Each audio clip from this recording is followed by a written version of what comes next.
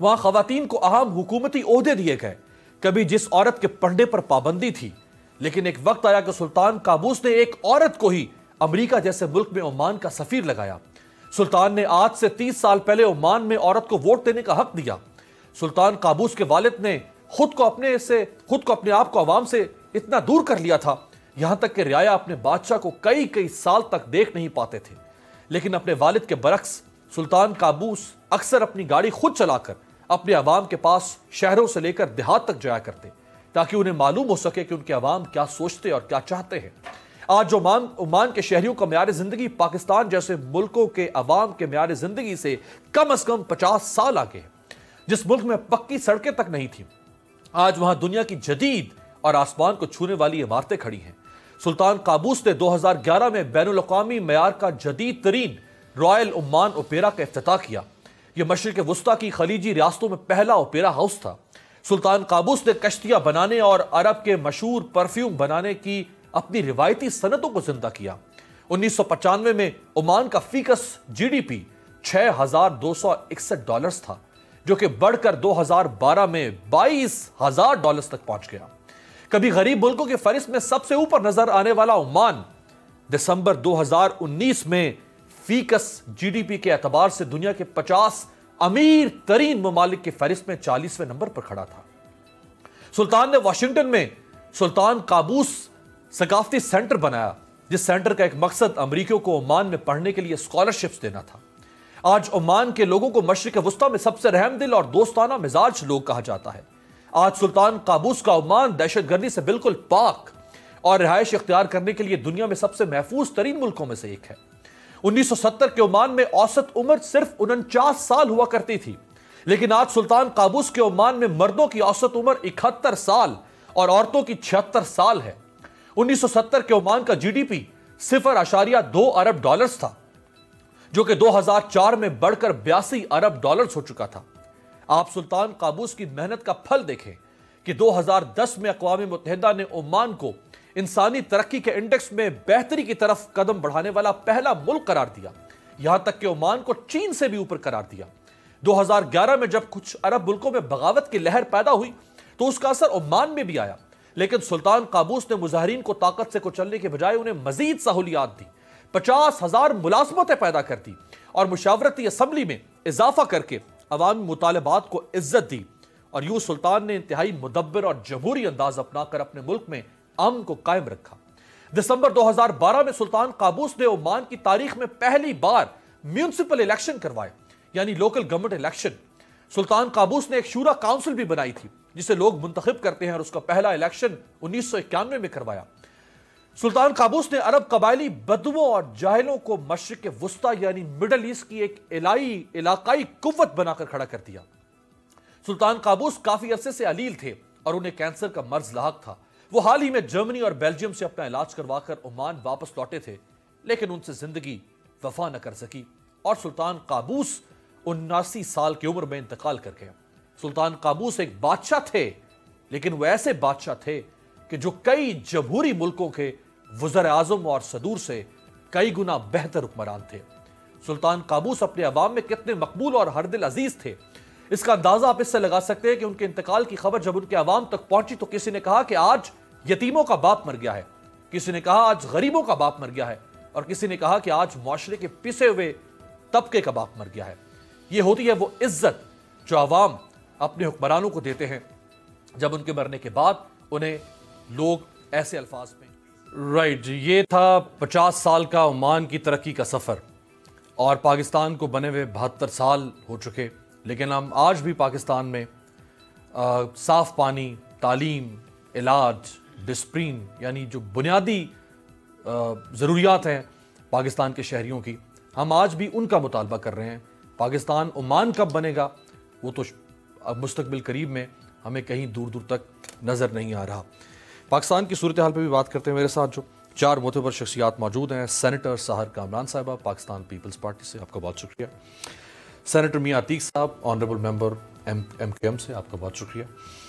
فردوس شمیم نقوی صاحب opposition leader ہیں Sindh assembly میں، پاکستان تحریک انصاف کے سینئر رہنما، ہمیں جوائن کر رہے ہیں کراچی سے. اور شہزاد فاطمہ خواجہ صاحبہ رکن قومی اسمبلی آنریبل ممبر PMLN ہمارے ساتھ موجود ہیں ویڈیو لنک پہ. آپ کا بھی بہت شکریہ. میاں عتیق صاحب، جو آج آپ نے اس حکومت پر بم پھوڑ دیا ہے اس پہ تو آتے ہیں، لیکن کیا یہ دنیا کی جو سکسیس سٹوریز ہیں ان کو دیکھ کے کوئی حسرت نہیں پیدا ہوتی کہ ہم پیچھے ہی جا رہے ہیں بجائے کہ چیزوں کو آگے لے کے جائیں؟ دیکھیے، یہ تو المیہ ہے، اور جو کہ آج سے نہیں، جب سے پاکستان بنا ہے تب سے ہی ہے. ہم ہر دور میں یہ دیکھتے آئے، بزرگوں سے سنتے آئے کہ لیڈرشپ لیڈرشپ لیڈرشپ، اور یہی لیڈرشپ عمران خان صاحب میں نظر آئی، آج بھی آ رہی ہے، اور ہم امید کر رہے ہیں کہ آنے والے وقت میں پاکستان بہتری کی طرف ضرور جائے. ان کو چھوڑ کے بھی آپ امید کر رہے ہیں؟ نہیں چھوڑ، یہ کہیں نہیں کہا ہم نے کہ ہم ان کو چھوڑ رہے ہیں، پلیز. یہ شاید ابھی میں پڑھ رہا تھا وہ آپ کا جو آپ سے پہلے جو پروگرام آ رہا تھا، تو یار اتنا امیر بھائی بول والے ضرور، مطلب میں کہنا نہیں چاہوں گا، لیکن تھوڑا سا ذرا بیلنس رکھیے. جو الفاظ آج کی پریس کانفرنس میں MQM کے ہمارے سربراہ خالد مقبول صدیقی بھائی نے کہے ہیں، آپ ان کو ضرور دیکھ لیجئے. اور انہوں نے یہی کہا ہے کہ میرا بیٹھنا اس وقت میں جو آج کی حکومت ہے اس کے ساتھ مشکل ہے. اس کی وجہ صرف یہی ہے کہ ہم دیکھ رہے ہیں، اور یہ آج کی بات نہیں ہے. میں نے تو ابھی 10 دن پہلے اوپنلی یہ کہا تھا، 31 تاریخ کو عمران خان صاحب سے ہماری ملاقات ہوئی، میں نے اس میں کہا کہ خدا کے لیے کراچی والوں کا خیال کیجئے. کراچی والوں نے اس مرتبہ جو الیکشن ہوا اس میں PTI کو اور MQM کو نمائندگی دی، تو اب ہم دونوں جماعتوں کا یہ فرض بنتا ہے، جس طرح کے فردوس نقوی بھائی وہاں پر دیکھ رہے ہیں، اگر باقی لوگ بھی اسی طرح چلیں اور حکومت وقت فیڈرل گورنمنٹ پورا ساتھ دے جو وعدے کیے ہیں. دیکھیں میں پھر اس پہ کہوں گا، جو خود انہوں نے وعدے کیے، جو بھی وعدے کیے ہیں وہ جو اور that is already in writing. اور میں یہاں ایک ضروری بات سمجھتا ہوں کہ میری گزارش ہوگی کہ جو لوگ بھی اس بات پر بیان دیں یا حکومت وقت کی طرف سے آگے آئیں، خدارا وہ جلتی پر تیل ڈالنے والا کام نہ کریں. جن کا اس معاملے سے قطعی طور پر کوئی لنک نہیں ہے، وہ میدان میں مہربانی کر کے نہ اترے. وہ رشتے کا جو آخری تار وہ اگر آ کر زور آزمائی کریں گے تو پھر حالات اور زیادہ خراب ہوں گے. یہ میں خان صاحب کو مؤدبانہ گزارش کروں گا کہ خدارا جو ان کے ساتھ سیریس لوگ ہیں، جن کا تعلق گورنر سندھ بالکل ہمارے سر آنکھوں پہ، ہر MNA MPA جس کا تعلق سندھ سے کراچی سے ہے ہمارے سر آنکھوں پہ. نقوی صاحب سے تو کوئی اعتراض نہیں، لیکن سر نقوی صاحب تو ہمارے وہ دیکھیے ہمارے ان کے مسائل ایک ہے نا، جو آج کہا گیا ہم آواز اٹھا رہے ہیں کراچی والوں کی. سمپلی بات ہے، اس سے زیادہ کچھ نہیں ہے. لیکن اگر کوئی ایسا شخص جس کا گھر شاید کراچی میں ہو لیکن اس کو کراچی کا کوئی درد نہ ہو، جس نے آج سے پہلے 4 مرتبہ جو ہے نا وہ اس نے ہم سے وعدے کیے ہوں، اگر وہ میدان میں اترے گا تو پھر میں آپ کو بتا دوں کہ چیزیں مزید خراب ہوں. رائٹ. آپ نے جو کہ کہا کہ جو خالد مقبول صدیقی صاحب نے فرمایا اس کو اسی کانٹیکسٹ میں دیکھا جائے تو ذرا شارٹلی سنوا دیں. خالد مقبول صدیقی صاحب نے میں نے بھی کئی دفعہ سنا ہے کابینہ سے علیحدگی کے لیے کیا کہ لوگوں کو ذرا ریفریش ہو جائے. ہم نے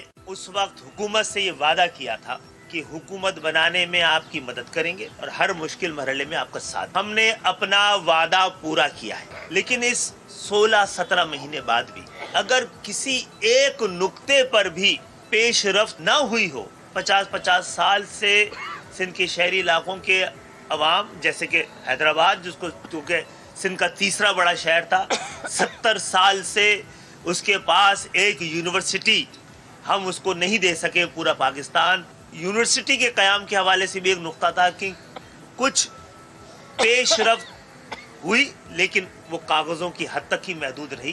تو اس مرحلے پہ کم سے کم یہ میرے لیے بالکل مشکل ہو جاتا ہے کہ میں حکومت میں بیٹھا رہا ہوں، وزارت میرے پاس ہو اور سندھ کے شہری علاقوں کے عوام انہی حالات کا سامنا کرتے رہیں جو ہمارے حکومت میں شامل ہونے سے پہلے تھے. رائٹ. نقوی صاحب جو کچھ فرما رہے ہیں خالد مقبول صدیقی صاحب، اگر ہم اس کو اسی طرح سے مان لیں تو ان کے پاس کوئی آپشن ہی نہیں چھوڑا آپ نے اس کے علاوہ. اگر وہ وزارتیں رکھیں تو ان کو لوگ تانے دیں گے ان کے کراچی کے عوام، اور اگر آپ ڈیلیور نہیں کریں گے تو پھر ان کے پاس یہی آپشن ہے کہ وہ آپ کو چھوڑ دیں اور پھر وہ اپنا راستہ علیحدہ سے اختیار کر لیں. یہ دیکھیں میں سمجھتا ہوں کہ پہلے تو اس بات کا کلی طور پر ہے کہ کراچی پاکستان کے لیے بہت اہم ہے اور پاکستان کی ترقی کے لیے کراچی کے انفراسٹرکچر کو امپروو کرنا لازم و ملزوم ہے. بات ٹائمنگ کی ہے، صرف امپورٹنس کی نہیں ہے. ہمیں جو وعدے ہم نے بھی کیے ہیں، MQM نے بھی کیے، چاہتے ہیں کہ پاکستان ترقی کرے، اور میں جیسے پہلے کہہ چکا کہ لازم و ملزوم ہے اس کے لیے کہ کراچی ترقی کرے. کراچی کی ترقی میں کراچی کے انفراسٹرکچر کو جب تک درست نہیں کیا جائے گا کراچی ترقی نہیں کر سکتا. اس بات کے اوپر جتنا بھی ایمفیسس کیا جائے کم ہوگا.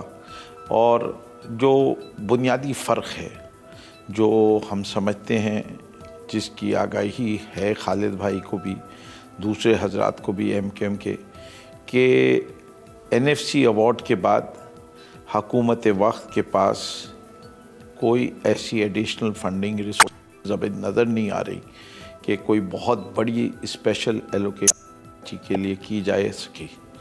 جیسے جیسے حالات بہتر ہوتے جائیں گے یہ ایلوکیشن بھی آئے گی اور انشاءاللہ کراچی کے حالات بھی تبدیل ہوں گے. ہمیں معلوم ہے کہ پچھلا ایک سال پورے ملک کے لیے بڑا سخت گزرا، غریب لوگوں کے اوپر بڑا سخت گزرا، لیکن مجبوری یہ ہے کہ ملک دیوالیے پہ کھڑا تھا. ملک کو استحکام، معاشی استحکام جب تک نہیں آئے گا کوئی فیصلے نہیں کیے جا سکتے جس کے اندر صرف ایک ہی خطے کی طرف ڈیولپمنٹ کی جائے. پہلے ہمیں ملک کی معاشی صورتحال کو مضبوط کرنا تھا. 2020 پرائم منسٹر عمران خان کہہ چکے ہیں کہ انشاءاللہ ترقی کا سال ہوگا، اور اس میں ایک تو یہ ہے انفراسٹرکچر کی طرف توجہ، اور دوسری جو ہمارے غریب عوام ہیں ان کو غربت سے نکالنے کی کوششوں میں اضافہ کرنا ہمارا نصب العین ہے. اور میں سمجھتا ہوں ہم اپنی منزل ضرور حاصل کریں گے کیونکہ ہماری نیت نیک ہے، ہم پرخلوص ہیں اور عمران خان کمیٹڈ ہیں. تو انشاءاللہ بہتری آئے گی. ہمارے الائز کوئی بھی ڈیمانڈز کو ہم پورا کرنے کی کوشش کریں گے. خود ہمارا مینڈیٹ ہے کراچی کا اور ہمیں اس بات کا احساس ہے. عمران خان صاحب خود یہاں سے الیکٹ ہوئے ہیں، تو ٹائمنگ کا ایشو ہے. ہم دیکھتے ہیں کہ ہم ان کو کس طرح سے وہ کنکریٹ کمٹمنٹ جو ہمارے نزدیک کانکریٹ ہیں وہ سمجھتے ہیں کہ اتنے کانکریٹ نہیں ہیں. پروگریس کو کس طرح بہتر کیا جائے اس پہ ہم MQM کے دوستوں کے ساتھ بیٹھ کے بات چیت کریں گے اور انشاءاللہ کوئی حل ضرور. سینیٹر صاحبہ، ان کو عمران خان صاحب کے وعدے وفا نہ کرنے نے عمران خان صاحب سے علیحدہ کیا ہے یا بلاول صاحب کی وزارتوں کی پیشکش کرنے نے ان کو عمران خان سے علیحدہ کیا؟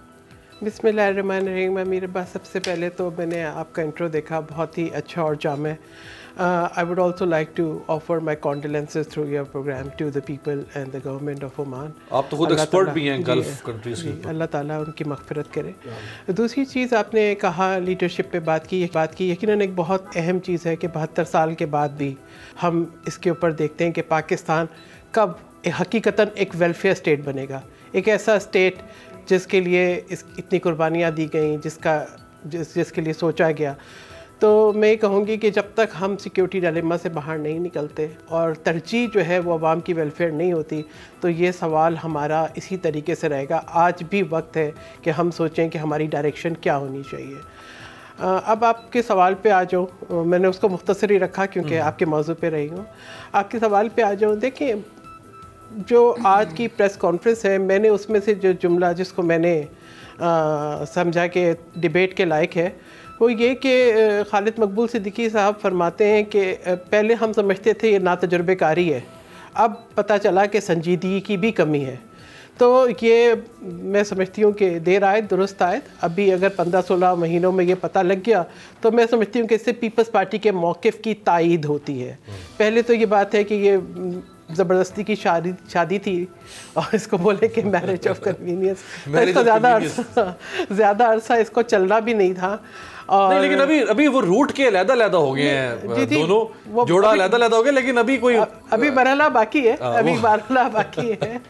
تو دیکھیں بات یہ ہے کہ ہم یہ سمجھتے ہیں کہ پہلی بات یہ کہ جب یہ کہتے ہیں کہ 2018 کے انتخابات کو ہم نہیں مانتے تو اس بات کی توثیق کرتے ہیں جو پیپلز پارٹی نے بھی کہی، جب آپ مانتے بھی نہیں تھے تو یہ ایک حقیقی اتحاد بھی نہیں تھا، یہ واقعی زبردستی کی شادی تھی. پھر اس کے بعد رجوع کر سکتے ہیں واپس، ان کے لیے بڑا آسان ہے یہ، وہ دیکھیں گے نا، وہ تو ہم بھی دیکھ رہے ہیں کہ یہ واقعی کوئی حقیقتاً کوئی موو ہے یا یہ بارگین کے لیے ایک موو ہے. لیکن میں کہوں گی جو بھی ہے آپ پاکستان کے عوام کا بھی سوچیں اور آپ اپنے صوبے کا بھی سوچیں. آپ شہری آبادیوں کی بات کرتے ہیں، آپ وہ بھی سوچیں. میرا تو ایک سمپل سا سوال ہے کہ وہ 162 جو ہے وہ بلین جو عمران خان احمد نیازی صاحب نے اناؤنس کیے تھے وہ کہاں گئے؟ انہوں نے تو اپنی بھی یونیورسٹی جو ہے اس کا افتتاح اسلام آباد وزیر اعظم ہاؤس میں کیا، حیدرآباد کی یونیورسٹی کا بھی افتتاح وہی کیا. میں کہتی ہوں آپ یونیورسٹی نہ دیتے، وہ جو اخراجات آپ نے کیے انوگریشن سیریمنی پہ اسی کا کوئی حساب کتاب دے دیں تاکہ وہی کسی کے کام آ جائے. دیکھیں جس وزیر اعظم کو آج احساس یہ ہو کہ جی آپ نوکریاں نہیں دے سکتے اور سکون جو ہے وہ صرف قبر میں ملتا ہے اور لوگ خودکشیاں کرنے پہ مجبور ہو جائیں، اس سے میں کس بات کی امید رکھوں؟ آپ یہ بات کرتے ہیں کہ جی ابھی میاں عتیق صاحب نے فرمایا کہ جو ہے وہ ملک کے فائنینشیل حالات اور یہ سب، دیکھیں بات یہ انہوں نے ایم کیو ایم کے نقوی صاحب نے، تو دیکھیں بات یہ کہ فائنینشیل حالات میں تو آپ یہ کہوں گے کہ آپ معیشت کا کوئی رخ دیکھیں کہ معیشت کس رخ پہ جا رہی ہے. آپ مجھے یہ بتائیں کہ آپ کی سفارتکاری کس رخ پہ جا رہی ہے. آپ مجھے یہ بتائیں آپ کی گورننس کس رخ پہ جا رہی ہے. آپ یہ بتائیں آپ کی پرفارمنس کس رخ پہ جا رہی ہے. یعنی ایک ٹوٹل ڈیلیما ہے، ایک ٹوٹل ڈیزاسٹر ہے. جو تھوڑا بہت تعلق رہ گیا وہ بھی توڑ دیں. نہ میں تو نہیں اکسا رہی، میں تو کہتی ہوں کہ مثبت طریقے سے آگے چلیں، اس لیے کہ جو مسائل ہیں ان کو حل کرنا ہے تو واقعی سنجیدگی کی ضرورت ہے، جس سنجیدگی کا فقدان ہے. شہزاد صاحبہ اندر سے تو خوش ہوگی نا مسلم لیگ نون، اظہار نہ کریں آپ خوشی کا، اندر سے تو خوش ہوگی نا. یہ ایم کیو ہے. بسم اللہ الرحمن الرحیم.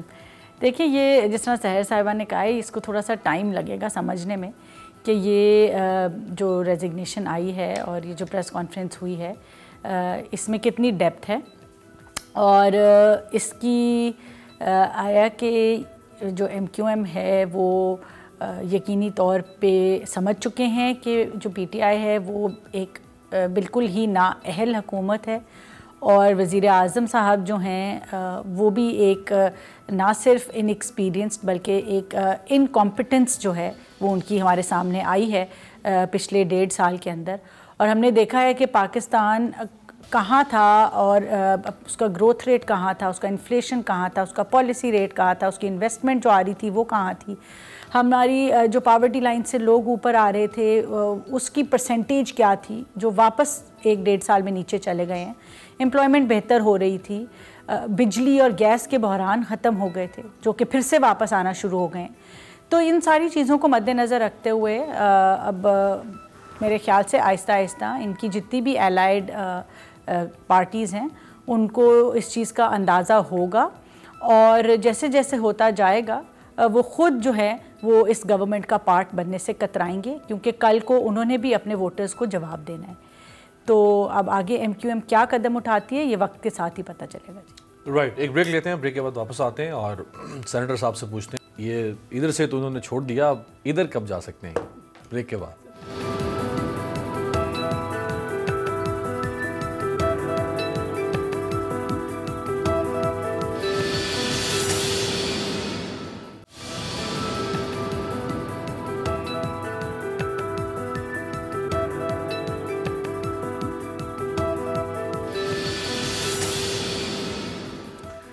بریک کے بعد خوش آمدید. سینیٹر صاحب، ایشوز سارے جو کراچی کے، حیدرآباد کے، سکھر کے، نواب شاہ کے جو شہری سندھ کے ایشوز ہیں وہ سارے پروونشل سبجیکٹ ہے 18ویں ترمیم کے بعد. تو شکایت آپ کو ان کے ساتھ ہونی چاہیے تھی، آپ ان پر اور دباؤ بڑھاتے پیپلز پارٹی پہ، آپ نے عمران خان کو بیچارے کی کبھی نہ چھوڑ دی. دیکھیے ایک چیز سمجھیے گا، ہم پہلے تو میں یہ واضح کر دوں، قطعی طور پر میری رابطہ کمیٹی سے آلموسٹ روزانہ ہی بات ہوتی ہے اور اچھی ڈسکشن ہوتی ہے مختلف ساتھیوں کے ساتھ، دوستوں کے ساتھ. ہر معاملے میں ہم نے اس بات کو افہام و تفہیم سے رکھا ہے اور ابھی بھی ہم افہام و تفہیم سے ہی چلیں گے. میں پھر واضح کر دوں، قطعی طور پر ایم کیو ایم پاکستان 22 اگست کے بعد والی ایم کیو ایم پاکستان، اس کا یہ کوئی پریشر ڈالنا حکومت پہ، کوئی کسی انڈیویجول کا ذاتی مفاد لینا یا overall M Q M کا ذاتی مفاد لینا قطعی طور پر سامنے نہیں ہے. ابھی آپ نے سنوایا خالد مقبول بھائی نے کیا کہا کہ وہ شرمندگی محسوس کرتے تھے کابینہ میں بیٹھ کر کہ جن لوگوں نے مجھے بھیجا ہے، اور ہمیں بھولنا نہیں چاہیے وہ حیدرآباد سے ایم این اے ہیں، حیدرآباد کی ان کی کانسٹیچوئنسی ہے، وہ جب اپنی کانسٹیچوئنسی میں جاتے ہیں تو وہاں کے بچے بچیاں جب پوچھتے ہیں کہ جناب آپ نے کہا تھا کہ ہم آپ کو یونیورسٹی دیں گے، وہ یونیورسٹی ابھی کاغذوں میں بھی نہیں ہے، تو کہاں جائیں گے؟ اچھا اگلی بات دیکھیے گا سر، جب وزیر اعظم بنے گیلانی صاحب ملتان کا نقشہ بدلا گیا، آج میں کیسے بھول جاؤں کہ 1947 کی ویڈیوز موجود ہیں کہ کراچی دنیا کے صاف ترین شہروں میں سے ایک شہر گنا جاتا تھا، روشنیوں کا شہر کراچی تھا، آج اس کراچی کو کہاں پر لے گئے ہیں؟ اور یہ ہم سارے جو الیکٹڈ لوگ ہیں کراچی کے، انہوں نے کراچی والوں کے لیے اتنا کام نہیں کیا جتنا کرنا چاہیے تھا۔ اب اس آواز کو ہی ہم لے کر چل رہے ہیں۔ اگر اس پر، اور میں پھر ایک اور چیز واضح کر دوں، کوئی شخص یہ ثابت کر دے کہ جس دن سے یہ حکومت آئی ہے وزیر اعظم سے، کسی وزیر سے، ہمارے کسی وزیر نے، کسی ایم این اے نے، سینیٹر نے کوئی مفاد حاصل کیا ہو، تو ہم ہر طرح کی سزا کے لیے اپنے آپ کو پیش کرتے ہیں۔ آج جو بات ہو رہی ہے، میں پھر کہوں، کسی قسم کی کوئی پریشرائزیشن نہیں ہے، کوئی بلیک میلنگ نہیں ہے، مؤدبانہ وزیر اعظم صاحب کو ان کے وعدے یاد کرا رہے ہیں۔ بڑی آفر ادھر سے سر دیکھیے، یہ آفر کا معاملہ نہیں ہے، یہ قطعی طور پر وہ بات نہیں ہے، اور ابھی تک کے مطابق جتنی ڈسکشن ہوئی ہے اس میں کہیں پر ایسا نہیں ہے کہ ہم جا رہے ہیں اور پیپلز پارٹی کے ساتھ مل رہے ہیں۔ یہ میں بڑے وثوق سے کہہ رہا ہوں، اگر آپ پیپلز پارٹی کے ساتھ مل جاتے ہیں، آج نہیں 6 ماہ بعد، جب بھی کبھی اگر ملتے ہیں، تو وہ جو آپ کا شہری سندھ کا سٹانس ہے، آپ تو اس کے بالکل برعکس جا رہے ہیں، کیونکہ انہی کے خلاف پہلے بولتے رہے کہ انہوں نے سندھ کو دیکھیے میں ابھی بھی کہوں گا، سندھ والے جانتے ہیں، میرے کہنے یا نہ کہنے سے کچھ فرق نہیں پڑتا، کس نے کتنی نمائندگی کی، کس نے کیا دیا۔ ابھی ہمیں آج کے سینیریو میں دیکھنا ہے امیر بھائی، اور وہ بڑا واضح ہے کہ جو صرف ون لائنر ہے ہمارا، ہم اس سے باہر نکلتے ہی نہیں ہیں۔ پرائم منسٹر صاحب نے 2 مرتبہ اپنی ٹیمز کو بھیجا، خود بھی آئے، آ کر پھر وہی بات ہے، اگر وہ آتے ہیں تو ہم تو وہ کہیں گے کہ جناب وہ پہلے والے وعدے وفا ہوئے کہ اب ہم کیا سمجھیں گے۔ پھر وہی بات آتی ہے کہ دیکھیے پرائم منسٹر صاحب سنجیدگی سے کراچی والوں کو ان کا حق دیں اور ان کا حق دلائیں۔ این ایف سی میں بھی ہمیں دیکھنا پڑے گا کہ کیا ہے کیا نہیں ہے۔ اور آخر میں ایک بات کہوں گا کہ جو شاک ابزاربر ہوتے ہیں، پی ٹی آئی میں شاک ابزاربر نہیں ہیں، جو ہر حکومت میں برج ہوتے ہیں، جو قابل اعتماد لوگ ہوتے ہیں، جن کے ذاتی تعلقات ہوتے ہیں، جن کا ایک وزن ہوتا ہے، جن کی ایک شکل ہوتی ہے، جن کا ایک میل ملاپ ہوتا ہے، ایسے لوگ پی ٹی آئی میں نہیں فقدان ہے۔ اگر وہ ہوتے تو یقین کیجئے کبھی بھی، یہ میری اپنی بات نہیں ہے، آج دوسری پارٹی نے بھی کہہ دیا ہے 19 تاریخ کو وہ بھی اپنا اعلان کرنے جا رہے ہیں اور اپنا مل بیٹھیں گے۔ پی ایم ایل کیوں ابھی اور دیکھ لیجئے، مینگل صاحب بھی، اب مینگل صاحب ہیں، پی ایم ایل کیوں ہے، کیوں تو پہلے سے ہی کہہ رہی تھی، لیکن بات پھر وہی ہے، یہ ہم ایک دوسرے کے پیچھے نہیں چل رہے ہیں، یہ وہ معاملہ ہے۔ میں آخری جملہ کہوں گا، 31 تاریخ کو وزیر اعظم صاحب نے بلایا، وہاں پر ہم سینیٹر حضرات موجود تھے، الائز اور گورنمنٹ کے، وہاں پر ایک سینیٹر نے کہا کہ لگ رہا ہے کہ یہ اجلاس جو ہے یہ اپنا اس میں اپنا کے پی کے ہاؤس میں ہو رہا ہے، کیونکہ سارے جو آپ موقع دے رہے ہیں بولنے کا۔ بالکل نقوی صاحب بھی بڑی خطرناک یہ ڈومینو ایفیکٹ کی طرف اشارہ کر رہے ہیں۔ ڈومینو ایفیکٹ یعنی ان کو دیکھتے دیکھتے P M L Q, Balochistan Awami Party, Sindh کا جو باقی الائنس ہے، نہیں وہ پہلے ہی کہہ چکے ہیں، اور وہ شکایتیں سب کی پہلے موجود ہیں، یہ مت کہیں کہ ہم ان کو کوئی اکسارے یا اپنے پیچھے لے کر آ رہے ہیں، قطعی ایسا نہیں، بلکہ ان سے پہلے ان کی شکایتیں سامنے آئی، ان کی تو بعد میں شکایت آئی ہے، لیکن وہ ظاہری بات ہے اور ہم اپنی حد تک بات کر رہے ہیں۔ جی نقوی صاحب، یہ پہلی چیز تو خالد مقبول صدیقی صاحب کراچی سے الیکٹ ہوئے ہیں، حیدرآباد سے نہیں الیکٹ ہوئے، تو میں اپنے ایم کیو ایم کے ساتھی کو کہوں گا کہ وہ کریکٹ کر لیں اسٹیٹمنٹ کو اس لحاظ سے۔ جہاں تک یہ تعلق ہے تو سب کو سمجھنا چاہیے کہ پاکستان کے آئین کے تحت 3 ٹیئر گورنمنٹ ہے، ایک فیڈرل گورنمنٹ ہے، پروونشل گورنمنٹ ہے اور پھر لوکل ٹیئر گورنمنٹ ہے۔ اصل میں مسئلہ جو شہری آبادی کے ہیں وہ صوبہ سندھ کے اندر ہے، پنجاب میں ایسا کوئی مسئلہ نظر نہیں آتا، کے پی میں نظر نہیں آتا، بلوچستان میں نظر نہیں آتا۔ ہر صوبے کو اس کے ٹیکس میں اس کا حصہ مل رہا ہے۔ سندھ کی حکومت، میری بہن بہت کچھ کہہ رہی تھیں، 12 سال سے حکومت میں ہے ان کی پارٹی، اور شہر کراچی کی زبوحالی کی داستان ان کی بے توجہی کی سراسر علامت ہے۔ اس شہر میں نہ پانی ہے، نہ سڑکیں ہیں، نہ بسیں ہیں، نہ سیوریج کا نظام ہے، نہ ہسپتال سے ہی چل رہے ہیں۔ ایک NICVD کرتے رہے ہیں، اس کی بھی داستانیں اب سامنے آتی رہیں گی۔ ایک پریس کانفرنس تو میں اس پہ کر چکا ہوں۔ جہاں تک اس کا تعلق ہے کہ جو شاک آبزرورز کی بات کی ہے، میں سمجھتا ہوں یہ وقت کے ساتھ ساتھ ڈیولپ ہوتے ہیں، اس سے کہ یہ پہلی دفعہ ہے کہ مرکز میں حکومت آئے ہیں۔ ہمارے ہاں ابھی تک 16 ماہ میں بے تحاشا کرائسس آئے ہیں جن کو ہم نے ڈیل بھی کیا ہے، اور ساری دنیا میں اس کی ستائش بھی ہوئی ہے۔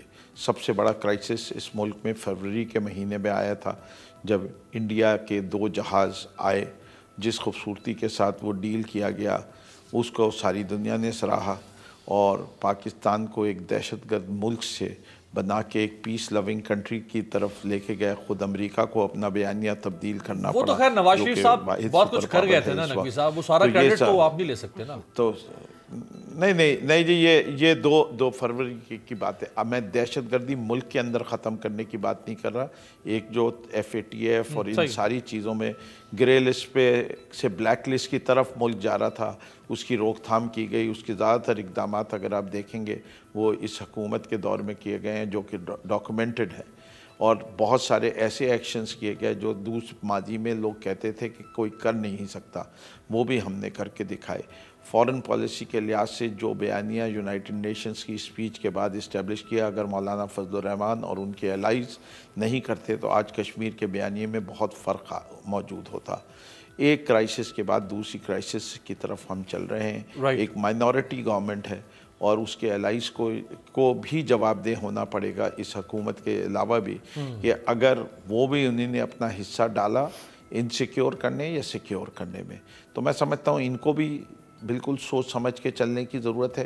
اس سے کہ جہاں تک MQM کا تعلق ہے، وہ کیسے ہاتھ ملا سکتے ہیں اس پارٹی کے ساتھ جس پارٹی ذمہ دار ہے اس شہر کی اور شہری علاقوں کی بربادی کی۔ چلیں کس طرح وہ فاق سے تو کہتے ہیں کہ ایک یونیورسٹی نہیں بنائی، یہ جب کہ 18ویں ترمیم کے بعد یہ بات نکلے گی تو پھر دور تلک جائے گی۔ نزلہ عمران خان پہ گر رہا ہے، وہی میں بتا رہی ہوں کہ بات نکلے گی تو پھر دور تلک جائے گی۔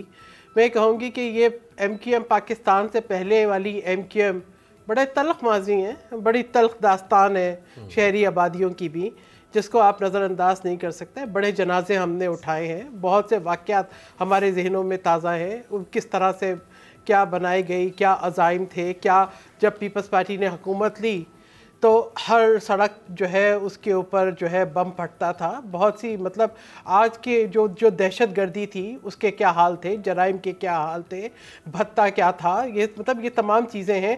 پھر آپ اس میں یہ کہیں کہ جی پیپلز پارٹی کی حکومت کو آئے ہوئے وقت ہو گیا، لیکن پیپلز پارٹی کے پاس شہری آبادیوں کی اور جو لوکل گورنمنٹ ہے وہ نہیں رہی، اس میں بھی کوئی ڈھکی چھپی بات نہیں۔ اور آپ اس بات کو کیسے نظر انداز کر دیں کہ کراچی، آپ نے بالکل صحیح کہا کہ 47 کا کراچی جو ہے وہ روشنیوں کا شہر تھا۔